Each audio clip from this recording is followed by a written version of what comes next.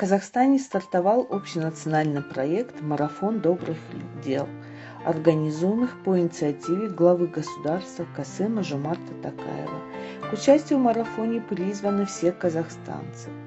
КГУ «Областная универсальная научная библиотека номер 2 города Аркалык» присоединилась к акции «Марафон добрых дел», организуемых в рамках общенационального проекта, посвященного 30-летию независимости страны.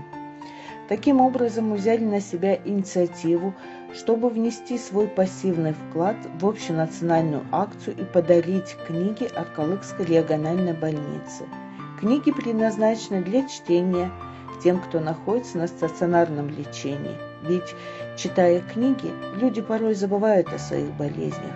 Ведь книги лечат, поднимают настроение, способствуют тем самым скорейшему выздоровлению.